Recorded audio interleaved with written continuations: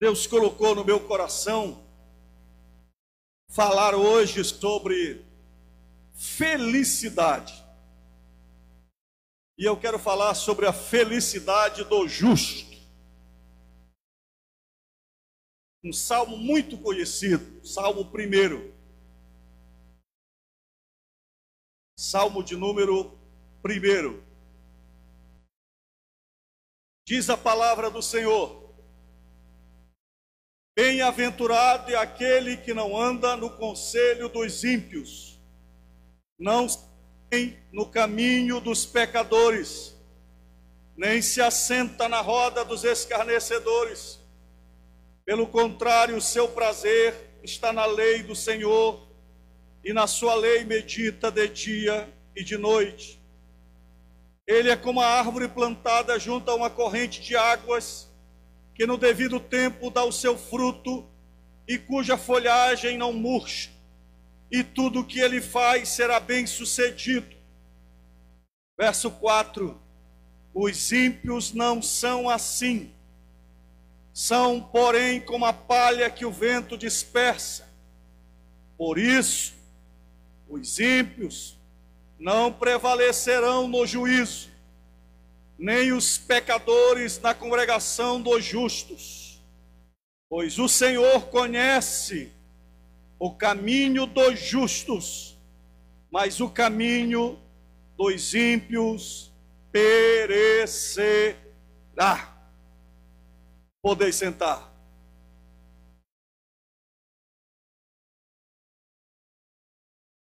O salmo começa com a palavra bem-aventurado.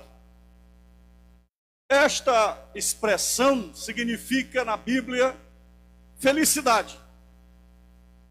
E esta expressão se repete muitas vezes na Bíblia. Felicidade, bem-aventurado, tanto no Antigo como no Novo Testamento. Jesus falou muito em felicidade. No Sermão da Montanha, Jesus falou muito sobre bem-aventurado, sobre felicidade. E quando falamos de felicidade, somos levados a entender que nenhum ser humano nasce para ser infeliz. Ou melhor, até hoje, eu não encontrei nenhum ser humano que buscou a infelicidade. Ninguém nasceu dizendo, eu quero ser infeliz. Até hoje, não encontrei ninguém, ao longo dos meus 35 anos como evangelista e pastor, que tivesse um projeto de vida para ser infeliz. Mesmo que esta pessoa, por erros e fracassos, fosse infeliz por alguma razão, mas esta pessoa sempre buscou a felicidade. Todos, de alguma forma, querem alcançar a felicidade. O problema é que as pessoas tentam buscar a felicidade por vários caminhos. E a pergunta é, qual é o segredo da felicidade? E já começa essa discussão lá no Éden, quando Deus colocou o homem lá e deu a opção dele viver no jardim, obedecendo à vontade de Deus, vivendo na sua presença, se alimentando da árvore da vida, obedecendo a Deus. Mas o homem optou em desobedecer a Deus, ouvindo a Satanás, e comeu da árvore do conhecimento do bem e do mal, e foi expulso do Jardim do Éden. Qual o segredo da felicidade? A palavra felicidade, tanto no Antigo como no Novo Testamento, do ponto de vista bíblico, não está relacionado com nada que é adquirido exteriormente. Você não adquire felicidade. Você não compra felicidade. Seja do ponto de vista monetário, do esforço físico, ou de qualquer outro tipo de troca, de escambo, de acordo.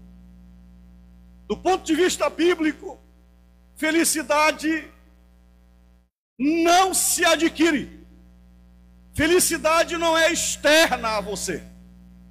Do ponto de vista bíblico, a felicidade, ela é construída dentro de você. Do ponto de vista bíblico, o segredo da felicidade é Deus. Do ponto de vista bíblico, e é o princípio ensinado aqui pelo salmista, a felicidade é Deus. E longe de Deus só existe infelicidade. E aqui no Salmo 1, nós temos a orientação da verdadeira felicidade. E eu quero analisar com você aqui rapidinho 3 aspectos. Primeiro, a ilusão da felicidade. A ilusão da felicidade. A ilusão da felicidade está na vida mundana. Veja o verso de número 1. Bem-aventurado é aquele que não anda no conselho dos ímpios, não se detém no caminho dos pecadores, nem se assenta na roda dos escarnecedores. A palavra ímpio, pecador e escarnecedor pode parecer apenas palavras sinônimas, mas na Bíblia elas são mais do que palavras sinônimas, elas carregam qualificações. Ímpio é aquele que não adora, é aquele que não é pio, de piedade, que não é adorador. Ímpio é aquele que não adora. Pecador é aquele que erra o alvo, é aquele que não obedece, é aquele que nunca vai em direção a Deus. E o escarnecedor é aquele que zomba de Deus, ridiculariza Deus. Agora observe o texto. Bem-aventurado é aquele que não anda no conselho dos ímpios. Bem-aventurado é aquele que não se detém no caminho dos pecadores. Bem-aventurado é aquele que não se assenta na roda dos escarnecedores. Você não pode ter felicidade. E é ilusão a felicidade num relacionamento que te leva para longe de Deus. Como você pode ser feliz num relacionamento que ensina você a não crer em Deus, a não colocar a tua confiança no Senhor, a não adorar a Deus? Aquele ditado que o vovô, a vovó, a mamãe já disse para nós desde quando nós nascemos. Me diz com quem você anda, e eu digo quem você é. Quem é o companheiro de Paulo? É Silas. Quem é o companheiro de Daniel? É Ananias, é Misael, é Azarias. Quem é um companheiro de Abraão? Ló. Mas para Deus fazer alguma coisa na vida de Ló, em algum momento Deus teve que separar Abraão de Ló. Para Deus construir a felicidade dentro do teu coração, e você ter um relacionamento íntimo com Deus, o relacionamento do íntimo. E aqui eu vou falar do namoro depravado. É impossível Deus construir alguma coisa na tua vida se você está se relacionando com prostituição, se você está se relacionando com a pornografia.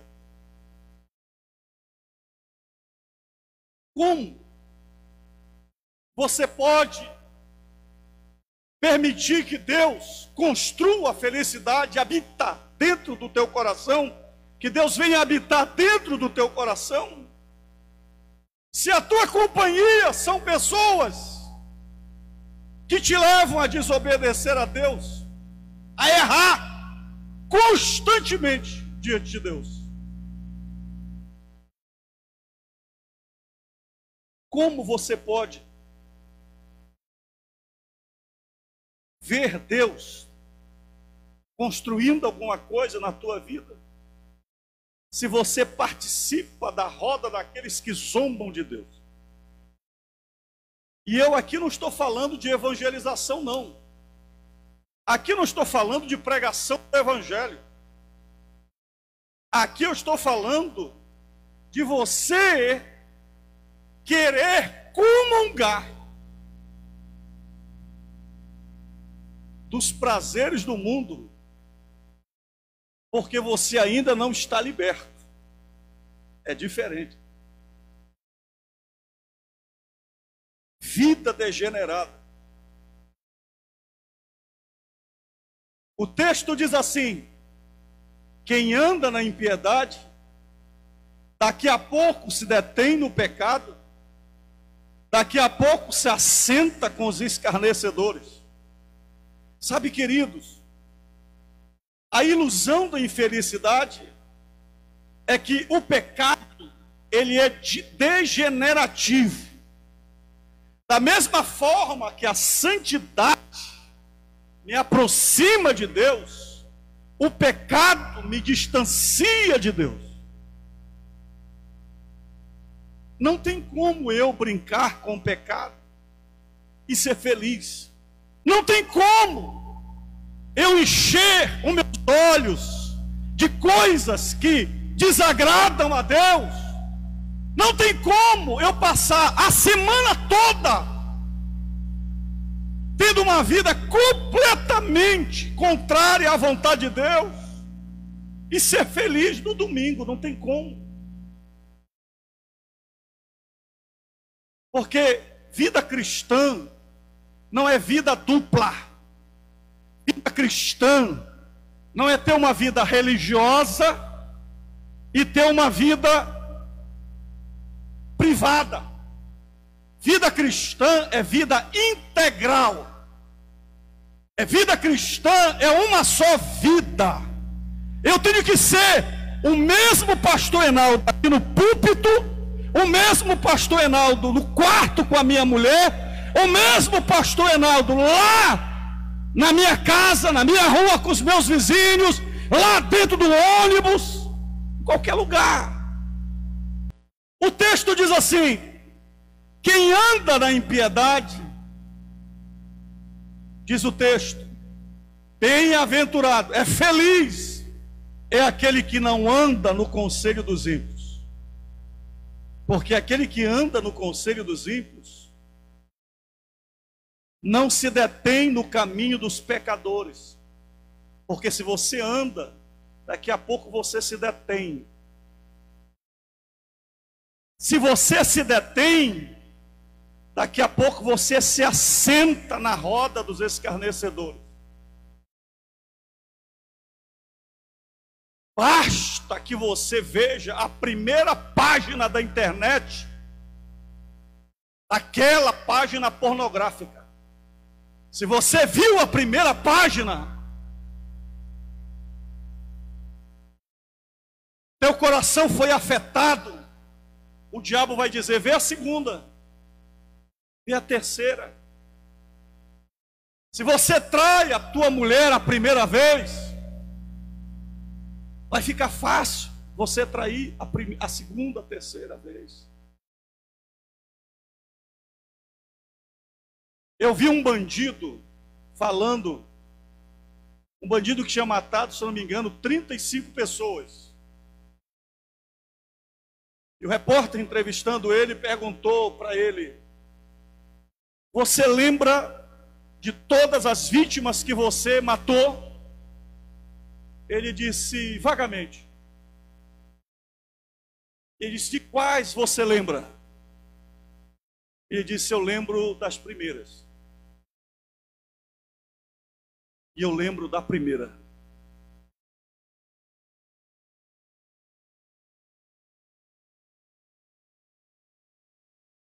Porque quando Satanás, ele consegue fazer com que você olhe, quando Satanás consegue fazer você andar, ouvir uma fofoca, prestar atenção numa mentira, ouvir o que não deve ouvir, você está ouvindo, andando no conselho dos ímpios. Daqui a pouco você se detém, você acreditou naquela mentira, você se deteve no caminho, parou. Quando você percebeu, querido, você está estragado, igualzinho aquelas pessoas que você dizia: eu estou insuportável igual ele, eu estou fofoqueiro igual ele, a minha alma está podre igual a dele.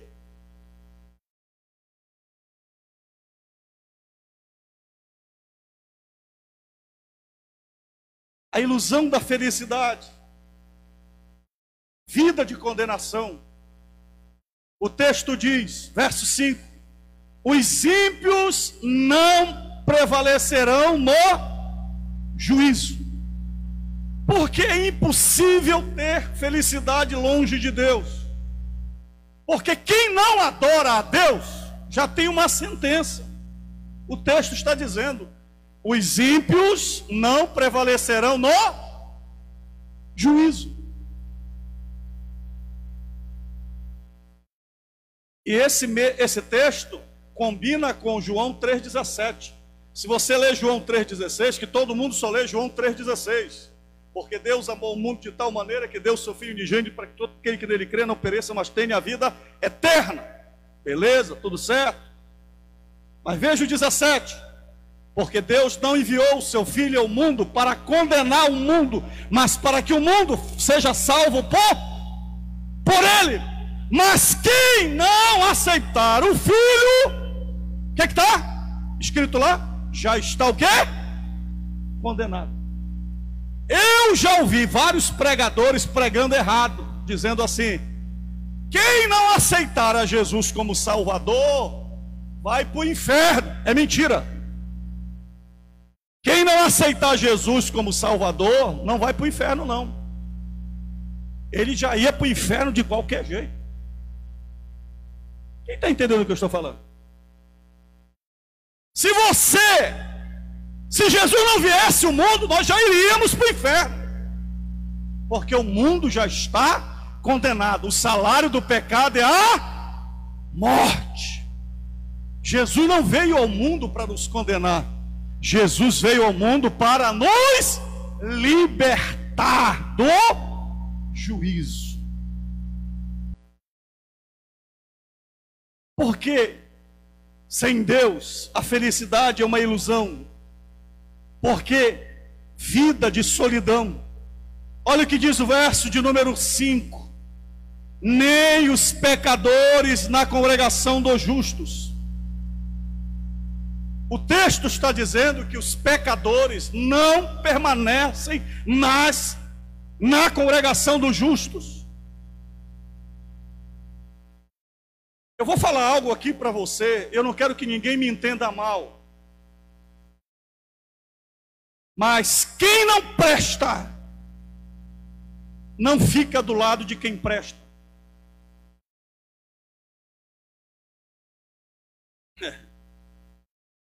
Ele pode suportar, ele pode tolerar, porque o ímpio, o iníquo, ele suporta, ele tolera, mas chega um momento, é como as trevas com a luz, e é um momento que ele não consegue conviver, ele vai embora. E ele vai embora. E a Bíblia diz: nem os pecadores ficarão na congregação do justo. E eu gostaria que todo mundo estivesse aqui comigo na igreja. Mas eu também aprendi a liberar muita gente que não quer ficar comigo. E quando alguém vai embora da igreja, duas coisas acontecem. Ou esse irmão está ficando liberto de mim e vai ser feliz, ou Jesus está me libertando dele para eu ser feliz.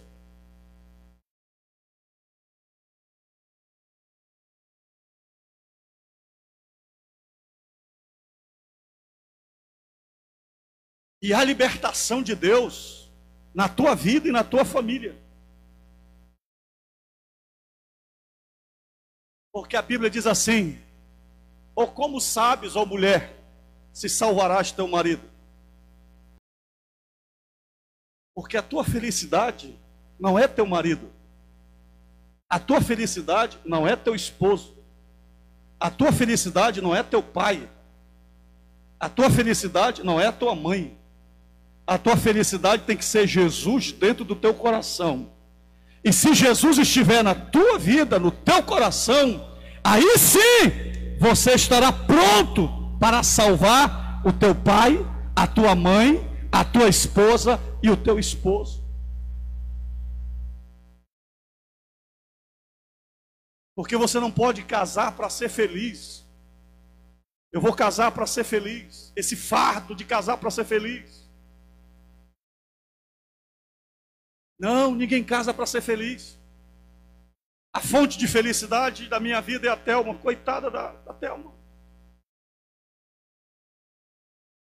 A fonte da minha felicidade é Jesus. Aliás, deixa eu abrir um parêntese. Um dia desse estava nós dois na sala. Nós dois jururu. Pensando nos filhos e na vida. Nós dois lá em casa. Os netos longe, os filhos longe. Eu olhando para ela, ela olhando para mim. Aí eu olhei de repente para ela, séria. Sério, eu disse para ela: Thelma, alto lá. Quando eu estiver mole, tu tem que estar firme. Quando eu estiver triste, tu tem que estar alegre. Porque os dois deprimidos não dá certo, não. Porque a fonte da nossa alegria é o Senhor. Qual é a ilusão da felicidade?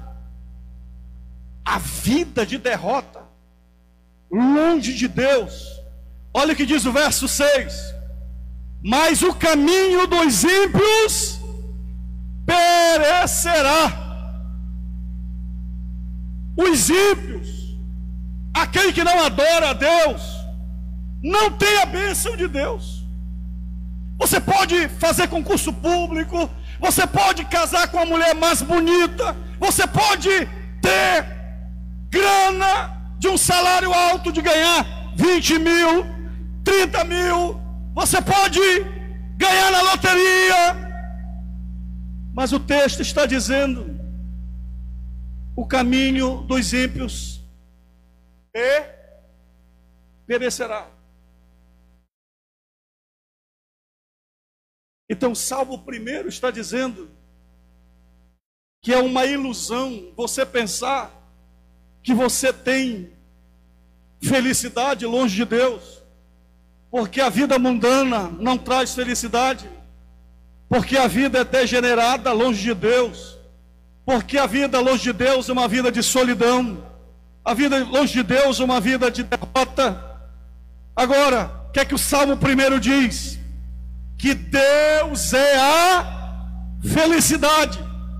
Porque essa felicidade é gerada em cada um de nós pela presença de Deus.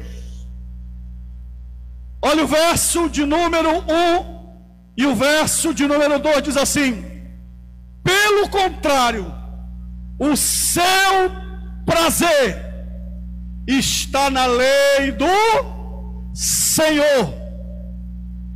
E esta palavra prazer significa você sentir a satisfação no seu íntimo, é você ter a satisfação das suas necessidades básicas em Deus. E o texto diz: o seu prazer está na lei do Senhor. A satisfação da vida em Deus. O coração do homem foi criado para ser satisfeito em Deus. O espírito do homem é a morada de Deus. Quando Deus criou você, Ele colocou o tamanho dele no teu espírito. Escute uma coisa: o homem é constituído de corpo, alma e espírito. Não existe remédio para o espírito. O homem sem Deus está morto. Porque só existe um remédio para o espírito do homem: é Deus.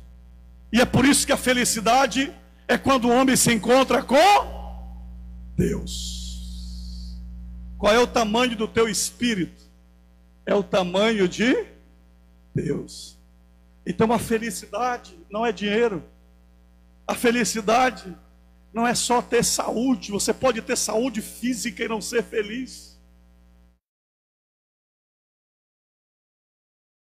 Mas quando você tem Deus, você tem a presença de Deus no teu coração.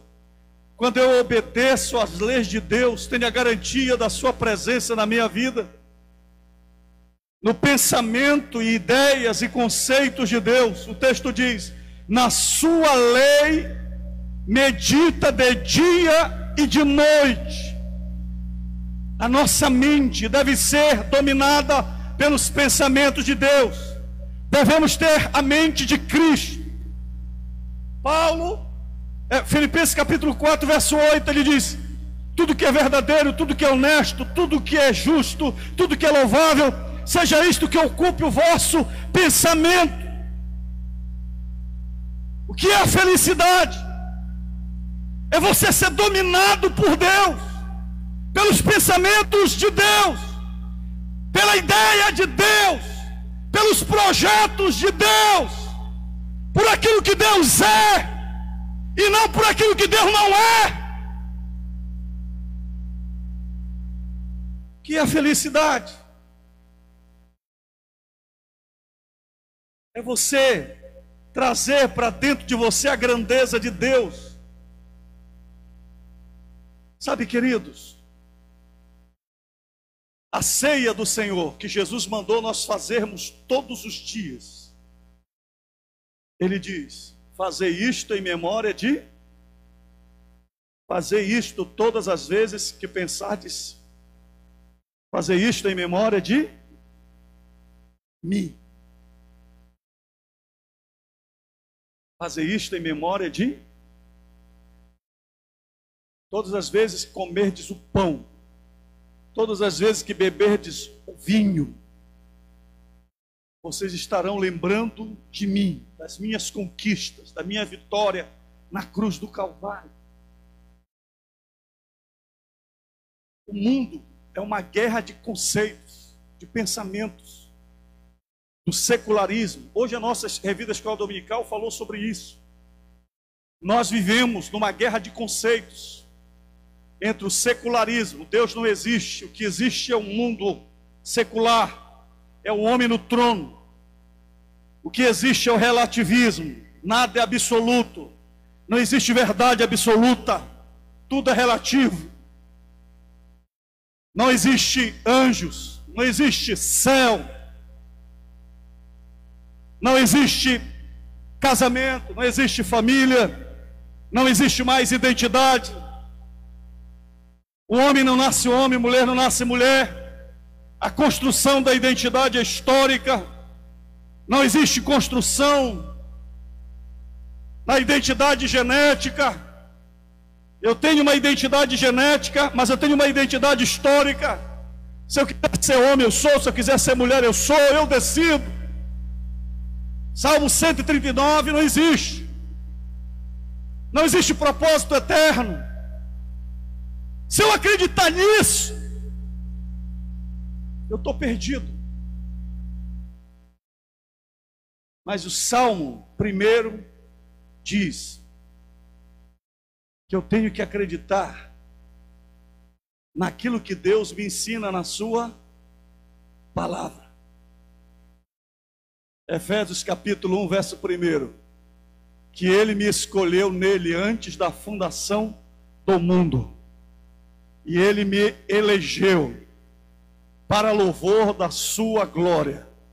Salmo 139, 15, verso 16. Que Ele me viu substância ainda informe, quando ainda não existia, e Ele escreveu no seu livro todos os meus dias, cada um deles escrito e determinado.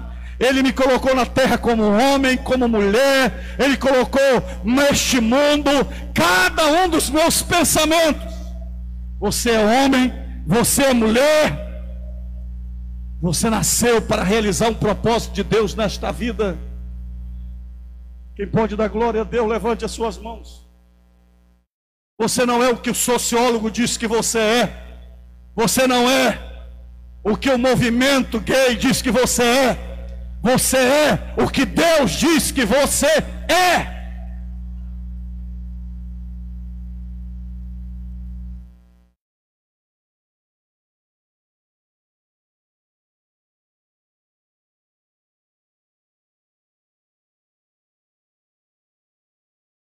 A estabilidade em Deus.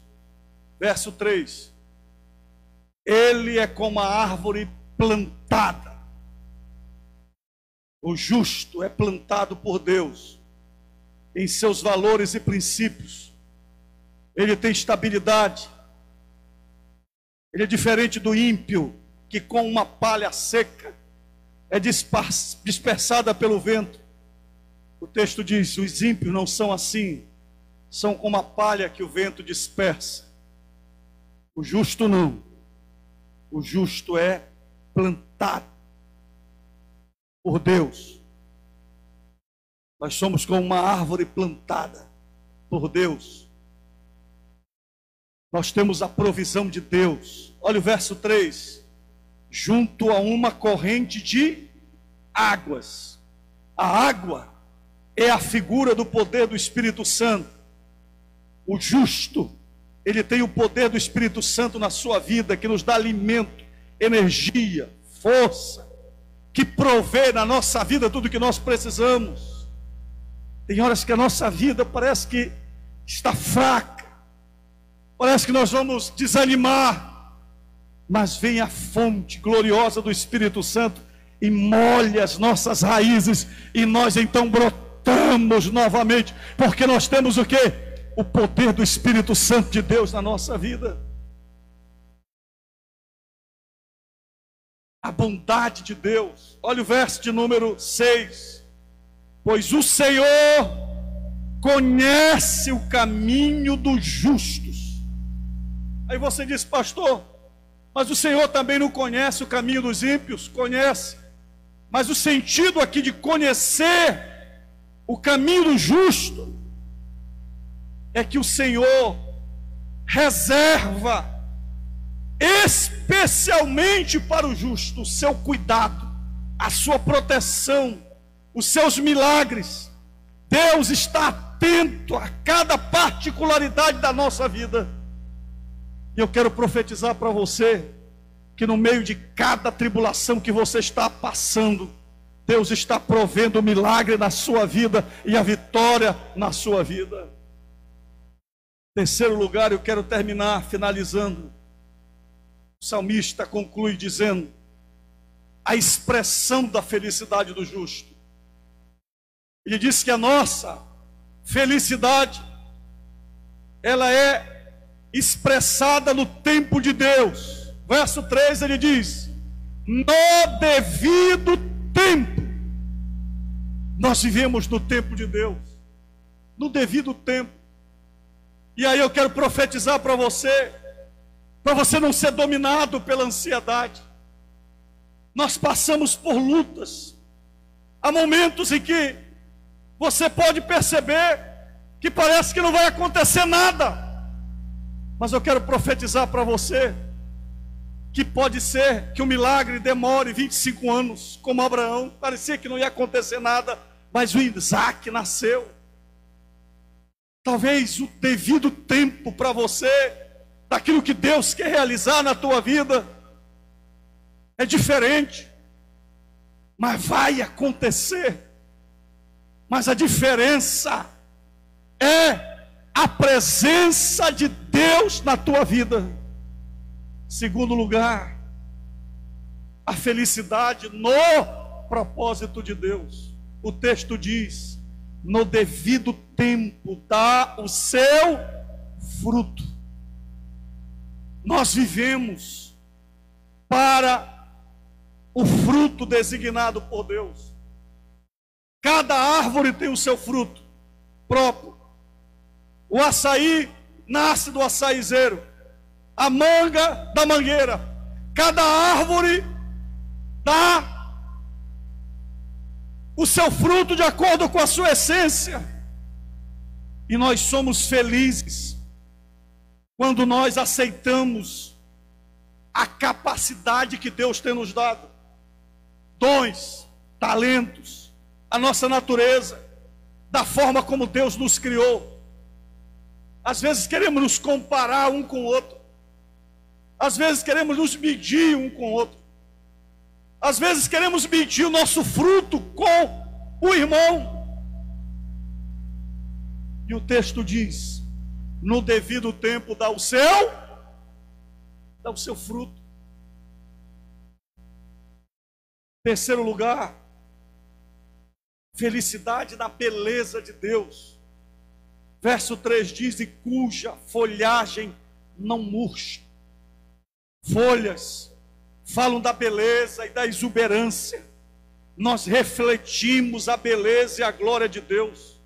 O verso 4 diz que os ímpios são como a palha seca. Palha não tem vida, mas os justos não. Os justos são como folhas que não murcham.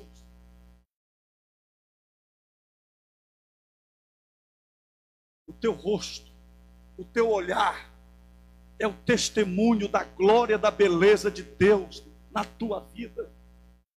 A glória de Deus nos teus lábios. É muito difícil não ver um crente, mesmo no momento mais difícil, tendo dinheiro, não tendo dinheiro, com convite ou sem convite, o crente está lá dizendo: glória a Deus, aleluia, glória a Deus, aleluia, glória a Deus, aleluia, glória a Deus. Você já viu um crente na hora da morte comer a folhagem dele na hora da morte? Quem já viu a passagem de um crente na hora da morte? Agora, quem já viu um ímpio na hora da morte comer uma palha seca na hora da morte? Com todo o dinheiro dele, ele é uma palha seca que não segura em nada, não tem nada onde se segurar. E por último, o texto diz: felicidade na prosperidade de Deus, e tudo o que Ele faz será o quê? Bem-sucedido. E esse bem-sucedido é prosperidade física, emocional, espiritual e material. Por quê? Porque Deus está dentro da minha vida. Se Deus está dentro da minha vida, Ele está dizendo: não tenho que estar preocupado com nada, porque Deus vai cuidar de mim. Deus me supre. É o Salmo 23. O Senhor é o meu pastor, nada me faltará. E quando o salmista diz, Davi diz: o Senhor é meu pastor, nada me faltará, ele não está dizendo que ele não vai ter falta de nada. O que ele está dizendo é: o Senhor é meu pastor e eu não preciso de mais nada, porque o Senhor é a minha suficiência. Ele fará um milagre em todas as áreas da minha vida.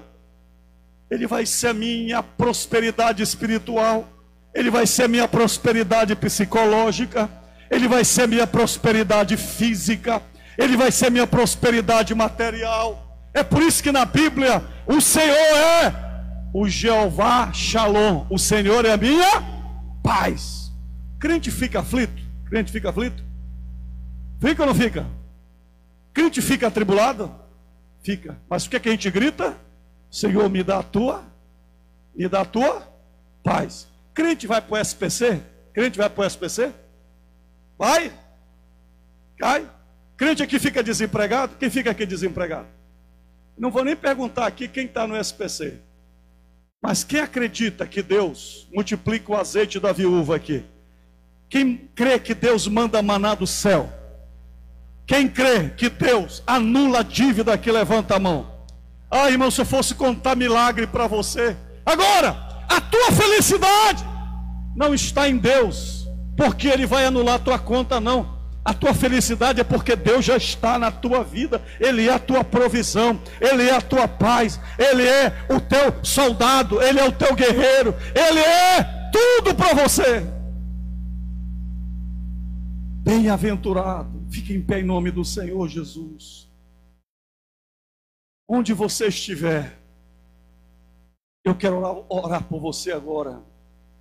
Aqui, nesse lugar, você que está aqui. Deus é a tua felicidade. O Senhor é a tua felicidade. Não existe felicidade longe de Deus. E eu quero orar por você. Quem aqui quer ser feliz? Quem aqui quer ser feliz? Eu não esqueço um testemunho muito simples, eu já contei aqui, muita gente conhece. Uma criança que entrou numa igreja muito simples, um meninozinho, todo sujo, muito humilde. E ele entrou na igreja e ele pediu para o pastor para cantar. E o pastor deu oportunidade para ele. E ele pediu para cantar. E ele era um menino de rua. E aquele menino começou a cantar. Jesus é tudo para mim. Jesus é tudo para mim.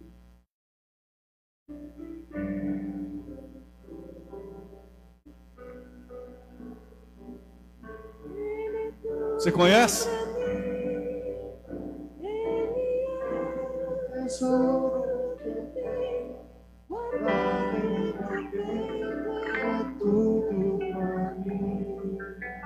Felicidade. Jesus é teu tesouro. Eu quero orar por você. Você que está me vendo pela internet. Você quer ser feliz? Talvez até hoje você está vivendo uma felicidade ilusória. Muitas propostas de ilusão. Talvez você diga: pastor, eu não quero ser infeliz, mas eu tomei vários atalhos. Mas eu quero ser feliz, eu quero Jesus na minha vida, eu quero Deus. Eu quero orar por você. Entrega o teu coração para Jesus.